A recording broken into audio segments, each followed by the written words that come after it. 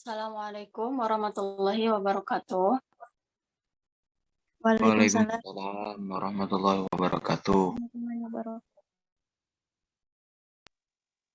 Alhamdulillahirabbil alamin. Wa bihi nasta'inu ala umuri dunya waddin. Wassalatu wassalamu ala sayyidina Muhammadin wa ala alihi wa sahbihi ajma'in, amma ba'du.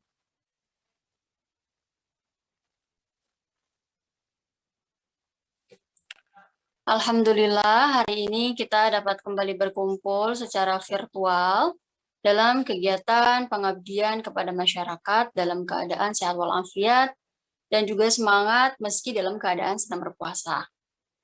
Perkenalkan, saya Lili Motoharo sebagai moderator. Insya Allah akan memandu kegiatan pada hari ini. Adapun judul pembahasan hari ini yaitu penyakit menular adalah takdir dan kehendak Allah. Dengan pokok bahasan yang pertama yaitu hadis yang berkenaan dengan penyakit. Yang kedua yaitu ayat Al-Quran yang berkenaan dengan hadis. Baiklah, agar kegiatan hari ini berjalan dengan lancar dan barokah, kita awali dengan membacakan surah Al-Fatihah bersama-sama. Bibarakati Ummul Quran Al-Fatihah. A'udzubillahi minasyaitonirrajim. Bismillahirrahmanirrahim. Alhamdulillahirabbil alamin arrahmanirrahim maliki yaumiddin. Iyyaka na'budu wa iyyaka nasta'in ihdinas shiratal mustaqim. Shiratal ladzina an'amta 'alaihim ghairil maghdubi 'alaihim waladdallin. Amin. Baik, langsung saja ke pemateri yang pertama akan membahas tentang pengertian dasar tentang penyakit menular dan juga hadis. Yang berkaitan dengan penyakit menular adalah takdir dan kehendak Allah yang akan disampaikan oleh Saudara Siti Solehah Rahman. Kepadanya saya persilahkan.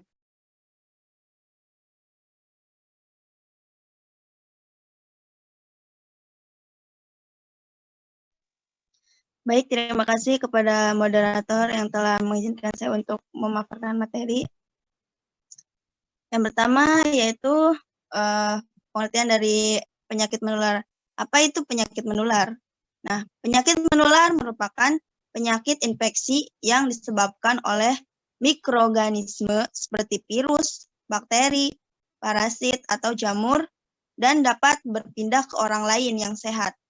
Beberapa penyakit menular yang umum di Indonesia dapat dicegah melalui pemberian vaksinasi serta pola hidup bersih dan sehat. Next.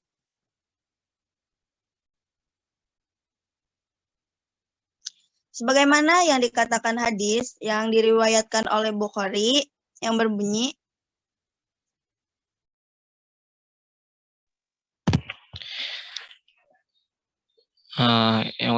hadasana Abdullah bin Muhammad, hadasana Hisham bin Yusuf, hadasana Ma'mar anil Zuhri an Abi Salamah an Abi Hurairah radhiyallahu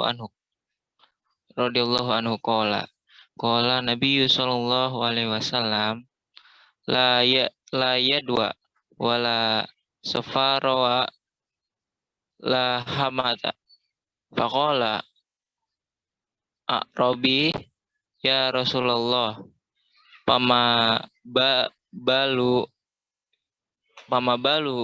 ibili takunu fi romli ka'annaha tibaun payukholi tuha ba'irun ajrabu payuribuha. Faqala Rasulullah sallallahu alaihi wasallam paman a'da awala, rawahu Bukhari. Yang artinya menceritakan kepada Abdullah bin Muhammad, menceritakan kepada kami Hisham bin Yusuf, mengabarkan kepada kami Ma'mar bin Zuhri dari Abu Salamah dari Abu Hurairah radhiyallahu anhu. Ia berkata, Rasulullah Shallallahu alaihi wasallam bersabda, tidak ada A2 penyakit menular dan tidak ada safar kesialan di bulan Safar dan tidak juga hama burung hantu. Kemudian seseorang laki-laki Arab Dubai berkata, wahai Rasulullah, apa yang terjadi pada unta di Mesir yang terlihat lincah seperti kijang, lalu unta yang berpenyakit. Kudis mencampurinya, kemudian menjadikan berkudis. Rasulullah SAW berkata, siapakah yang pertama kali menurunkannya? Hadis riwayat Bukhari nomor 5770.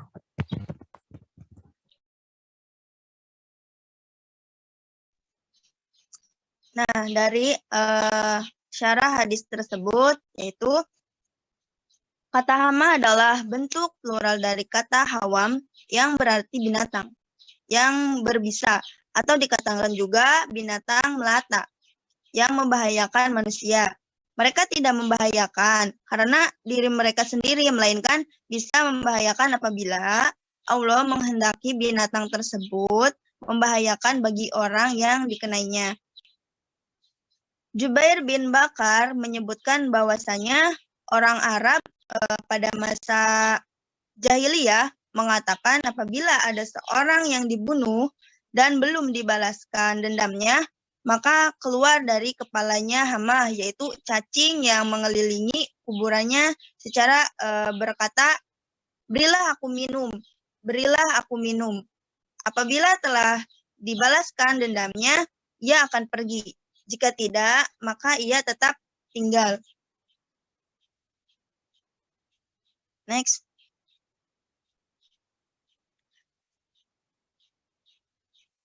Sedangkan Al-Kafaz berkata, hama adalah seekor burung malam, yaitu burung hantu. Menurut Ibnu Al-Arabi, dahulu orang Arab jahiliyah menganggapnya sebagai pertanda kesialan. Jika hinggap di rumah seseorang, maka dia akan berkata, celakalah aku atau salah satu penghuni rumah. Maka maksud kalimat lahamahu dalam hadis adalah tidak ada pertanda kesialan dengan adanya burung hantu dan sejenisnya. Hadis ini menceritakan seorang Arab Baduy yang bertanya kepada Nabi tentang unta sehat yang tertular unta lainnya yang berkudis, karena dahulu orang-orang Arab meyakini adanya penyakit menular yang menjadi penyebab penyakit kudis yang menimpa unta sehat. Ini merupakan waham jahiliyah. Mereka meyakini yang sakit apabila bercampur dengan yang sehat, maka akan membuat mereka sakit. Namun syariat menafikan hal tersebut. Maka ketika orang Baduy bertanya, Nabi Shallallahu alaihi wasallam menjawab, siapakah yang pertama kali menularkannya? Ini adalah jawaban yang sangat retorikal dan jelas. Jadi kesimpulannya, dari mana datangnya penyakit kudis kepala yang menularkannya? Jika jawabannya dari unta lain, maka akan terjadi rangkaian mata rantai yang berturut-turut tanpa adanya titik temu. Begitulah sesungguhnya yang melakukan semua Sang Pencipta yang Maha Kuasa atas segala sesuatu. Dialah Allah Subhanahu wa Ta'ala.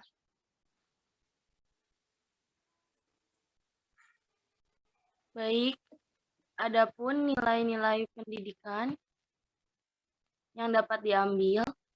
Islam menetapkan adanya penyakit menular, tetapi penularan tersebut tidak mungkin terjadi kecuali atas izin Allah Subhanahu wa taala.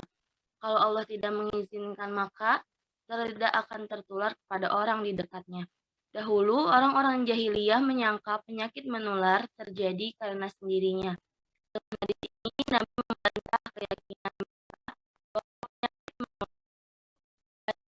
tapi yang mengizinkan terjadinya penularan adalah Allah Subhanahu wa taala. Melalui hadis ini, Rasulullah mencoba mendekatkan tekanan pada logika manusia agar manusia berpikir bahwa penyebab penyakit bukanlah berasal dari yang sakit, melainkan dari zat yang menciptakan sakit dan menciptakan sehat, dialah Allah Subhanahu wa taala, Tuhan semesta alam. Sekian dari saya kembalikan kepada moderator.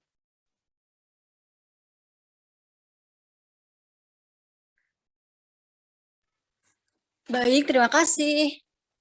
Selanjutnya, Bang Rahmatullah gimana? Sudah join?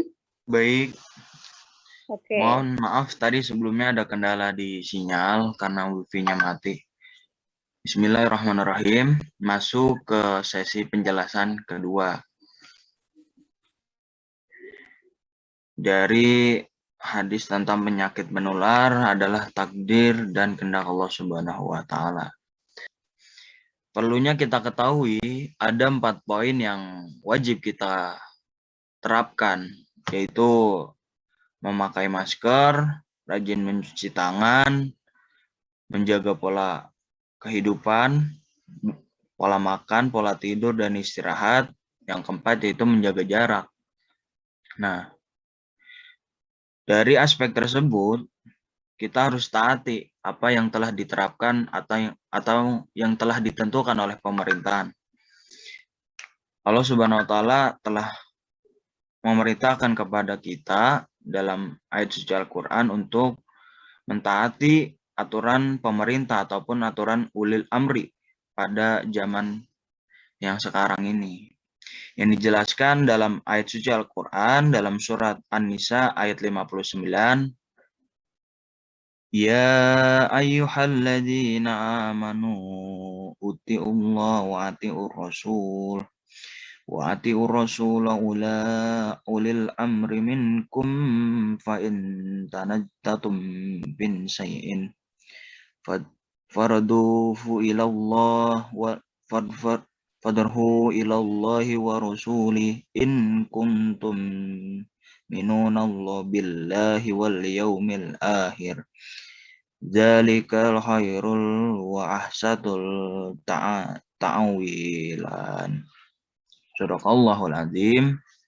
Yang terjemahnya yaitu, hai orang-orang yang beriman, taatilah Allah Subhanahu wa taala dan Rasul-Nya dan seluruh ulil amri di antara kamu. Kemudian jika kamu berlainan pada ketentangan atau ketetapan sesuatu, maka berkembalilah ia kepada Allah, Al-Quran dan Rasul-Nya, as-Sunnah-Nya. Jika kamu benar-benar beriman kepada Allah Subhanahu wa taala dan hari kemudian, yang demikian itu lebih utama bagimu dan lebih baik akibatnya. Yang dijelaskan surat An-Nisa ayat 59. Nah, dari sarah ini, surat An-Nisa dijelaskan dalam Al-Quran, yaitu berisi tentang perintah supaya kita sebagai manusia taat kepada Allah Subhanahu wa taala dan Rasul-Nya dan para pemimpinnya di antara manusia, sehingga para pemimpin sebenarnya adalah penerus dan perjuang gitu ya. Para rasul sekaligus menjadi khilafah di muka bumi ini. Maka dari itu, selain itu, kita harus taat kepada Allah Subhanahu wa taala dan Rasul-Nya. Kita juga mau diperintahkan untuk mentaati pemerintah di zaman kita gitu. Adapun nilai-nilai yang dapat kita petik.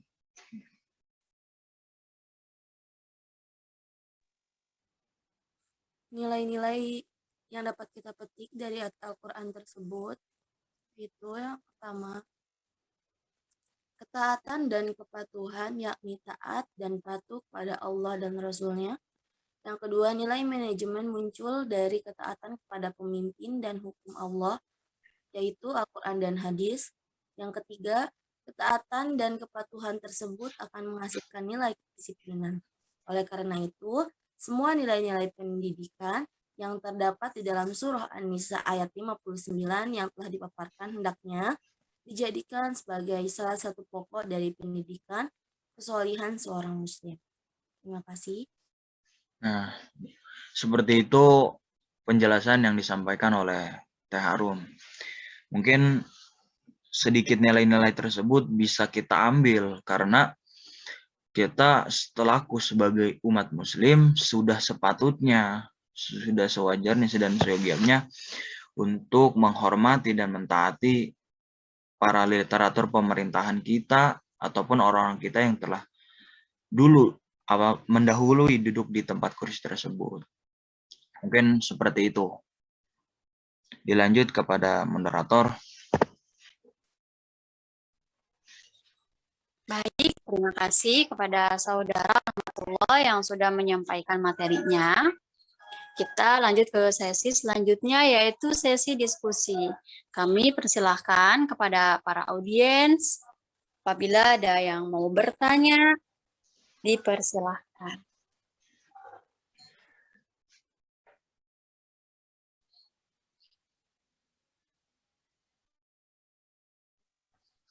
Mangga jika ada pertanyaan. Saya izin bertanya. Saya Linda Briani bertanya, berbicara mengenai penyakit yang menular, mengenai virus COVID-19, jika virus ini merupakan sebuah takdir Allah, tapi kenapa masih banyak orang yang panik, bahkan sampai borong makanan buat stok, terus takut sholat Jumat, takut berjabat tangan, takut berpergian, dan takut yang lainnya. Apakah kita harus untuk menyikapi demikian, Pak? Dan saya pernah mendengar bahwasanya tadi mengatakan ada penyakit yang menular, bagaimana cara mengenai hadis tersebut. Terima kasih. Baik, terima kasih kepada saudara Linda yang sudah bertanya. Selanjutnya kami persilahkan kepada para audiens yang mau bertanya.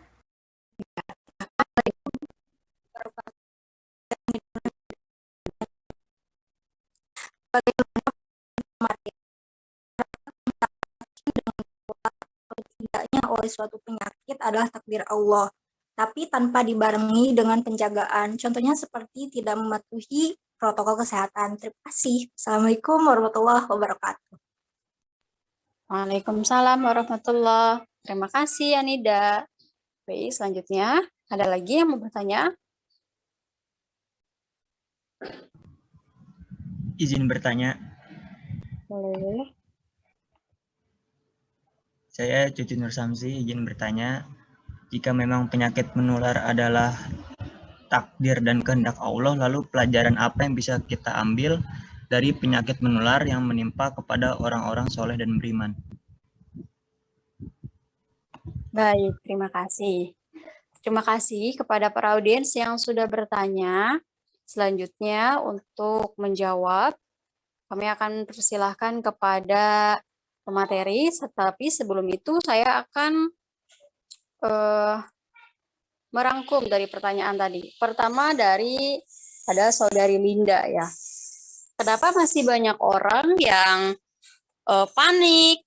Kenapa masih banyak orang yang begitu khawatirnya menghadapi pandemi ini seperti itu? Bagaimanakah tanggapan pemateri? Kemudian dari Anida, bagaimana tanggapan pemateri soal masyarakat yang terlalu yakin bahwa penyakit itu kehendak Allah, tetapi tidak dibarengi dengan syariat seperti itu ya. Kemudian kalau misalkan dari Cucu, pelajaran apa yang bisa kita ambil dari adanya wabah ini bagi para mukminin seperti itu. Terima kasih. Baik, selanjutnya saya akan kembalikan kepada pemateri untuk menjawab pertanyaan dari audiens. Padanya saya persilahkan. Baik, terima kasih. Mau Teh Soleha, Pak Ahmad dulu ini? Ahmad dulu sok. Oh, begitu. Baik. Bismillahirrahmanirrahim. Masuk ke sesi diskusi. Dari pertanyaan Cucu ya. Cucu Nur Samsi. Saya akan menjawab pertanyaan. Pelajaran apa yang bisa kita ambil dari penyakit menular menimpa kepada orang-orang soleh dan beriman? Perlu kita ketahui, sudah dijelaskan pada pemateri sebelumnya, penyakit-penyakit itu adalah sebuah pelajaran ataupun ujian yang kita terima dari Allah Subhanahu wa Ta'ala. Untuk apa? Sebagai seorang muslim, untuk menguji sebuah keimanan seseorang tersebut. Ketika kita mempunyai keimanan, Allah akan mengujinya. Boleh jadi bisa diuji melalui harta, melalui infrastruktur, kesehatan, dan finansial yang lainnya. Dari 4 poin ini, yang kita tarik dari segi kesehatan. Nah, Allah Subhanahu wa Ta'ala memberikan ujian ataupun cobaan kepada masyarakat muslim agar kita bisa mengambil hikmah. Yang abang tangkap dari pertanyaan tersebut ialah kita sebagai seorang muslim ketika memang kita sakit ataupun mendapatkan ujian berupa penyakit ataupun ujian yang dari 4 poin itu, kita sudah sewajibnya sebagai orang muslim itu bertawakal. Karena apa? Karena sangat berpasrah gitu.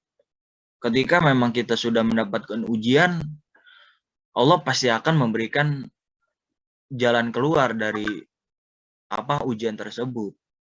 Berpasrahlah sepenuhnya kepada Allah Subhanahu wa Ta'ala di jalan yang paling dianjurkan oleh Rasulullah SAW, ihwal penyakit menular. Nabi bersabda, tidak ada penyakit menular, tidak ada ramalan jelek, tidak ada penyusupan kembali, reinkarnasi ataupun ruh orang mati yang hidup kembali gitu, ataupun burung hantu gitu. Hadis riwayat Muslim. Maksud dari arti hadis riwayat Muslim ini adalah sebuah penyakit itu ataupun ramalan ataupun suatu yang kita bayangkan atau yang kita capai gitu, pasti semua itu ada ujian ataupun batasan-batasan yang Allah akan berikan gitu. Dalam Tadrib, Imam Suyuti mencatat bahwa Ibnu Salah mengatakan pada hakikat penyakit itu tidak dapat menular sendiri, akan tetapi Allah lah membuat yang menularnya gitu. Yang kedua, poin yang bisa kita petik? Sabar. Nah, poin yang implementasi yang bisa kita ambil untuk di kehidupan itu sabar. Ketika kita mendapatkan ujian, cobaan berupa penyakit, kita harus bersabar dan bertawakal. Karena tidaklah seorang hamba yang di situ terdampar sebuah penyakit tetap berada di daerah tersebut dalam keadaan bersabar, meyakini bahwa tidak ada musibah kecuali dari atas takdir Allah Subhanahu wa Ta'ala yang telah ditentukan, kecuali ia mendapatkan pahala seperti orang mati syahid. Nah, itu punya poin yang tersendiri ketika memang orang tersebut sakit karena syahid, sakit karena untuk membela agama gitu. Bisa, itu punya poin yang istimewa, Allah akan menempatkan orang tersebut di surganya gitu. Dari hadis riwayat Bukhari dijelaskan, yang poin ketiga itu kita harus optimis. Tidaklah Allah Subhanahu wa Ta'ala menurunkan suatu penyakit kecuali Dia juga yang menurunkan penawarnya. Nah, maksud dari 3 poin, ketika memang kita mendapatkan ujian, perlu kita ketahui itu harus tawakal, sabar, sama optimis, yakin kita sembuh.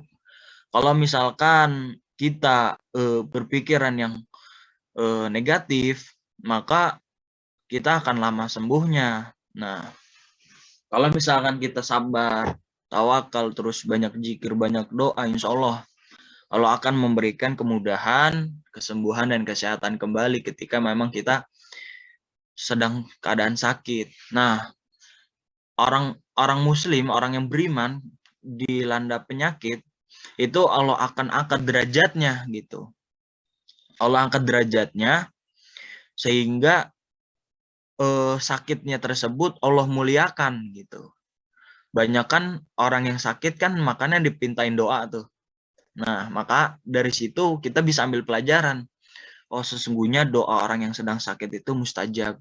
Nah, di situ sudah dijelaskan Allah Subhanahu wa taala, karena orang yang sedang merintih, kesakitan, ataupun orang yang sedang terzolimi, ataupun yang sedang keadaan terpuruk, Allah akan mengabulkan doanya di situ. Mungkin poin-poin 3 itu bisa menjadi implementasi dalam kehidupan sehari-hari ya cucu ya. Saya selaku Rahmat, kami kembalikan kepada moderator.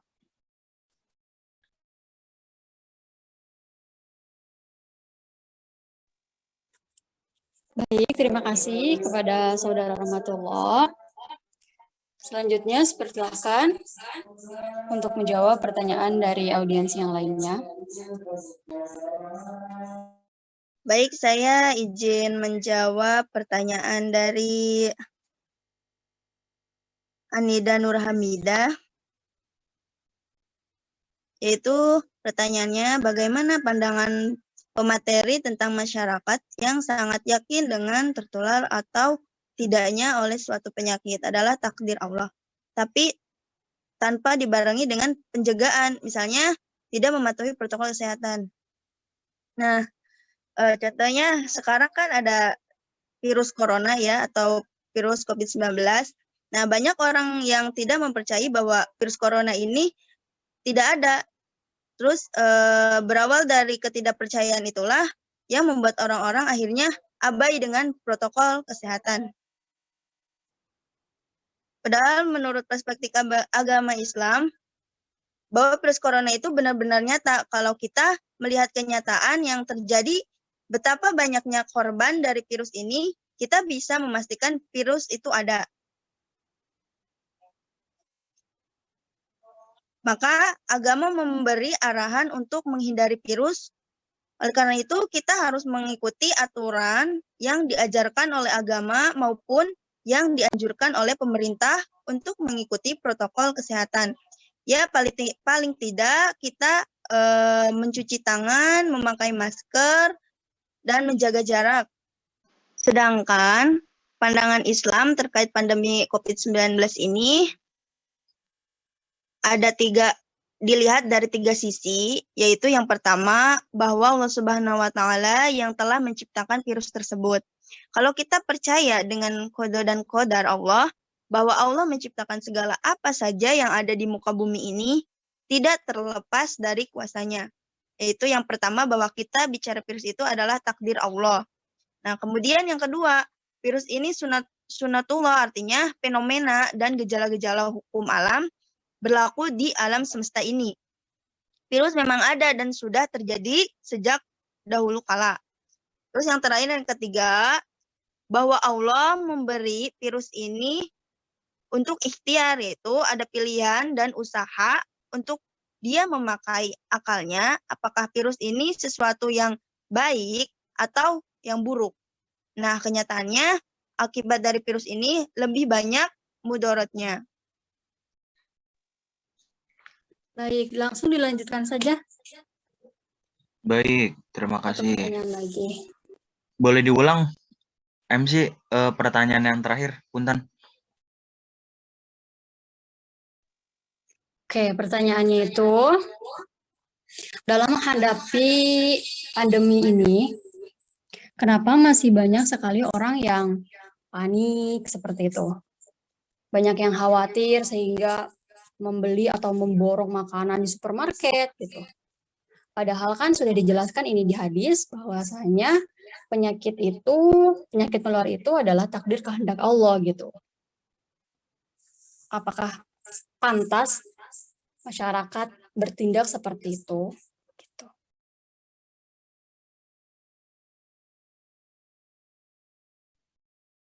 Oh, oke. Baik. Terima kasih, moderator.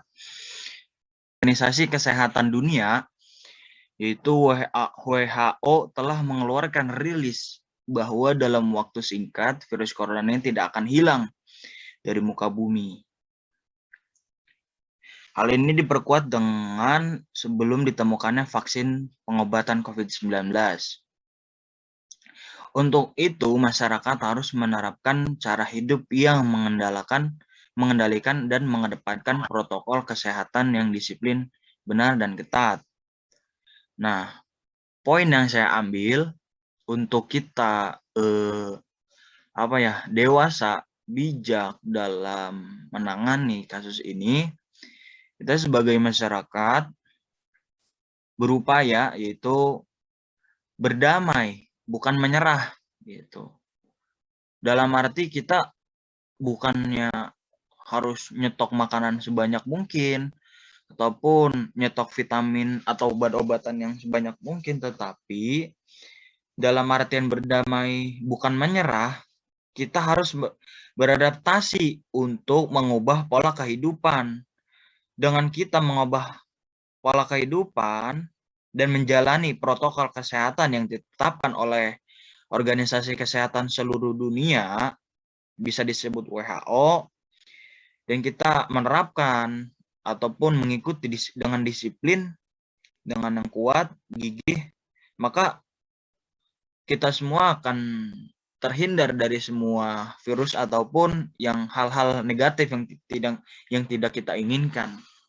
Itu poin besar yang saya tarik ya, dari kenapa sih masyarakat banyak yang mengumpulkan makanan ataupun obat-obatan gitu. Kita harus mengetahui nih, menggarisbesarkan bahwasannya Kementerian WHO keseluruhan itu sudah menetapkan gitu ya. Nah, di sini juga ada dalam beberapa waktu banyak saudara-saudara kita yang kena ataupun terpaksa tidak bisa bekerja, harus hilang pekerjaan, sudah berat untuk menimbulkan permasalahan-permasalahan di ekonomi sosial, tetapi kita juga harus bijak gitu. Kembali lagi saya tekankan untuk bijak menyikapi virus pandemi ataupun virus-virus yang lainnya gitu. Melakukan cara hidup sehat gitu, menjaga kebersihan, menjaga kesehatan, menjaga pola makan, menjaga pola tidur. Dengan kita menjaga, bijak, mentaati, melakukan, dan mengikuti protokol kesehatan yang ditetapkan kementerian, maka kita akan sehat selalu insya Allah. Dengan melihat perkembangan ini, cara untuk mengurangi dan menekan kasus baru adalah merubah cara hidup. Nah, itu pola yang garis tengah yang perlu kita ketahui, yaitu dengan bijak kita mengikuti ketentuan-ketentuan yang telah ditetapkan oleh literatur pemerintahan. Mungkin poin itu ya yang saya paparkan ke teman-teman semua, supaya teman-teman sebagai masyarakat bisa menyampaikan ataupun mahasiswa bisa menyampaikan aspek-aspek poin baik kepada masyarakat yang lain. Mungkin seperti itu. Apabila ada tambahan, boleh teman-teman. Baik, terima kasih. Saya akan menambahkan sedikit ya menurut pandangan saya. Kalau menurut saya, karena wabah ini, khususnya COVID-19 ini itu masih terkesan, maksudnya dalam mindset masyarakat itu masih baru. Masyarakat belum terbiasa. Jadi dalam menghadapinya tentu, apalagi ditambah dengan keputusan pemerintah yang menyarankan untuk di rumah saja, untuk lockdown seperti itu. Masyarakat pasti berpikir untuk mencukupi kehidupannya, untuk mencukupi kebutuhannya, baik itu primer maupun sekundernya, di dalam mentaati peraturan pemerintah tersebut, mereka membutuhkan pasokan makanan, pangan, sandang, seperti itu. Tetapi hal tersebut dengan mengumpulkan atau memborong segala rupa itu sebenarnya tidak bisa dibenarkan. Karena kan kita tahu bahwa perekonomian setiap masyarakat itu berbeda-beda. Mungkin untuk masyarakat kelas menengah sampai ke atas itu bisa melakukan hal seperti itu. Tetapi bagaimana untuk masyarakat yang di kalangan menengah ke bawah? Mereka juga bukan tidak ingin melakukan hal seperti itu. Hanya saja dengan keadaan ekonomi, ya mereka tidak bisa berbuat apa-apa dan hanya mungkin memakan jari, seperti itulah istilahnya. Jadi, untuk mengurangi kepanikan itu pun, pemerintah juga terus mensosialisasikan bahwa kita panik jangan, tetapi tetap harus waspada dan juga mematuhi protokol kesehatan. Seperti itu. Terima kasih. Oke, baiklah. Alhamdulillah, materi sudah tersampaikan, kemudian pertanyaan pun sudah terjawab. Oleh karena itu, kita ambil kesimpulan dari pertemuan hari ini yang akan disampaikan oleh Saudara Husni. Kepadanya saya persilahkan.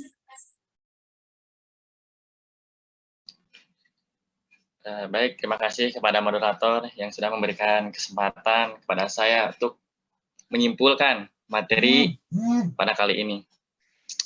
Kesimpulannya yaitu Islam menetapkan adanya penyakit menular, tetapi penularan tersebut tidak mungkin terjadi kecuali atas izin Allah Subhanahu wa Ta'ala.